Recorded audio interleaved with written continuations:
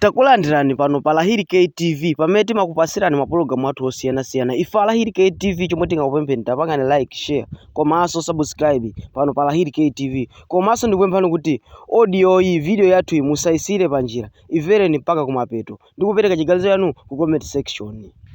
Inu ya Malawi nkumanena kuti iyayi oyipa ndi Kondani Nangoma, oyipa ndi Mai Joyce Banda, oyipa ndi Chilima. Inu ndithu simukuona kuti kuchipani cha DPP cho kuli mavuto kumeneko. Lero ndikukamba lino, kunakali nkhani imene makamba kuti tipange mgwirizano kuti awawa Malawi Congress Party akuti zunzawa tiachotse. Tengani Dr. Daliso Kabambe akhale kaya president kapena akhale running mate. Nika kumazisiwa ndale. Dziko lonse silingamakhale nkumasapota munthu mmodzi. Inu ngati munasankha UDM, panganiza UDM. Ena ngati asankha MCP apangiza MCP. Ena ngati asankha DPP asapangiza DPP. Komanso inu simungachite force zinthu kuti mwapanga anthu force kuti iyayi koma pamene pamtengenu iye apange mphamvu alowe mboma nkhani yatha. Noti kuti iyayi awakumira maudindo inu kwanu kumene kuyutiremo kulibe maudindo. Udindo kundu mena anatenga kaleo. Ngati watenga udindo musire ni udindo ungwake. Faya amafuna wa president. Ndengara ufuna wa president. Nsiye ni yeyo aime. Ujeni president wanu wayutie moyo. Aime Kabambe. Masa nimpiki sana. Ndini mufuna kuti cholinga chanu mukalowo kucholinga muduse mwera. Mudziwe kuti kodi dziko limayenda motani. Iye apite pa ground amenye mphanje. Kwa femene tukuonera uyu ndi jeni sizingafani nkhani imene mayikamba apapo yetu nawonso afumu ya ndodoto pena pake nanonso tu mukulowera za enitu mukulowera za eni. Kodi inuyo mukufuna kuti Daliso Kabambe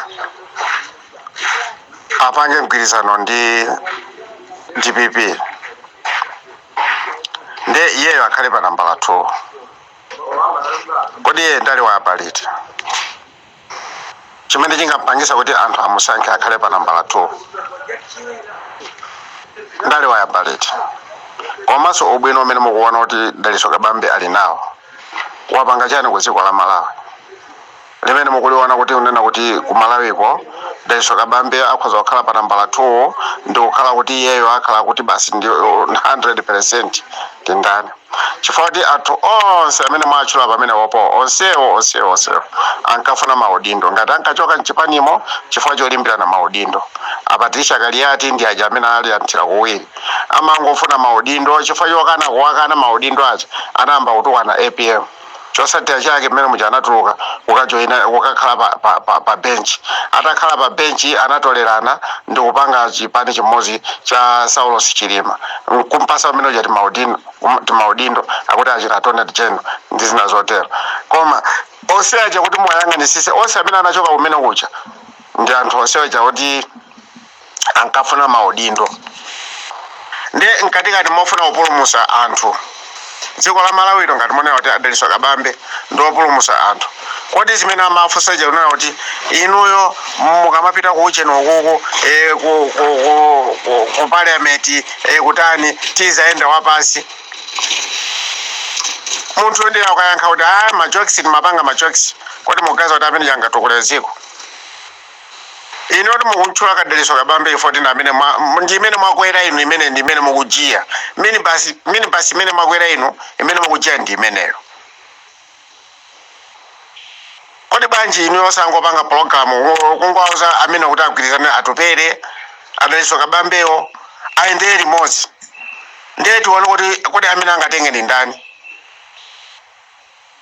Komanso chimene mungadziwe MCP ngati umapezeka kuti pano payi kutumba chifukwa cha inu a MC Eugene andani inu a UTM ndi amene munapangisa kuti pana Eugene DPP ija ichoke ikhale pansi ndi amene munkalimbana munangotenga na adani okaoka munagawana zida kuti tiye tigwetse bomali chifukwa cha udani sikuti munkafuna kutukula dziko la Malawi.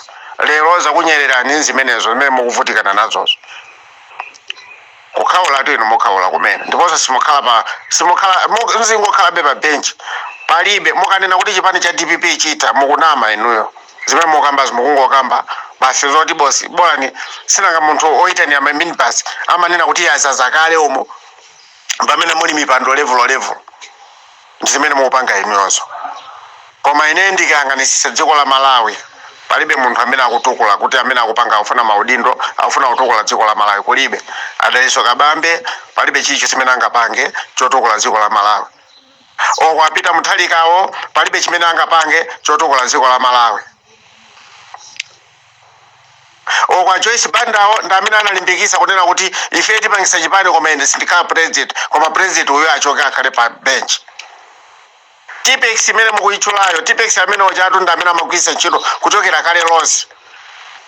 Koma chifoti anthu aja munthu yasama mufuna kuna chuluka nkubwe amene ankafuna kuti akufuna udindo adana naye samafuna udindo kuti Peter Mutharika akhale pa mpando. Ndi anthu amene anapezeka kuti akupanga chipani ndokagwirizana ndi mfiti uja tiyeni titani ena ifa imaitana pati ena ifa imaitana pamene popo. Ndiye chifoti ena ifa imaitana pamene popo ndi aja amene ankapezeka kuti anali ndi masapota ambiri amene anapanga zinthu kusokoneza dziko kupeza kuti lero lino Amalawi akulira. Chifoti ifa imaitana ndi aja amene anapita ndi amene anakhapidwa aja kukhapidwa. Ndiye nthawi zina uziyankhulisa uzizwa kuti pali azako amene ali ndi nzeru amene akuganizaso chimene ukuganiza iwe icho akhoza kukuzuzula. Ndi chimene zochitikira pa Malawi. Pa Malawi palibe munthu amene angapezeka kuti angalamulire dziko. Kulibe. Ine ndikazampeza mtsogoleri amene azapezeka kuti kungoti wawina ndikunena kuti onse nkhalamba zonse zimene zinayambira m'mbuyomo kupanga za chipani za dziko kuyendesa boma ndikufuna anthu onsewa atule pasi maudindo. Palibe amene nkhalamba ina iliyonse imene ingayipase udindo umene angayendese dziko la Malawi. Onse amene amati aja kuti tigwira ntchito tiboma amene aja onse aja akhale kuzipani kwawo. Ine ndikutenga anthu achinyamata ndi amene angapezeka kuti achinyamatawo amene ali ndi nzeru osati achinyamatawo amene futi achinyamatawo ndi amene akuonongaso ndi amene akupeza kuti ngati Malawi ikuzunzika chifukwa choti achinyamata ake zikungokhala mbuzi zoti zochokera ndalama zinaphunzira ndalama zogulisa mowa makolo akagulisa mowa lero lino ali pa udindo salabadira za anthu akungopanga zofuna zawo.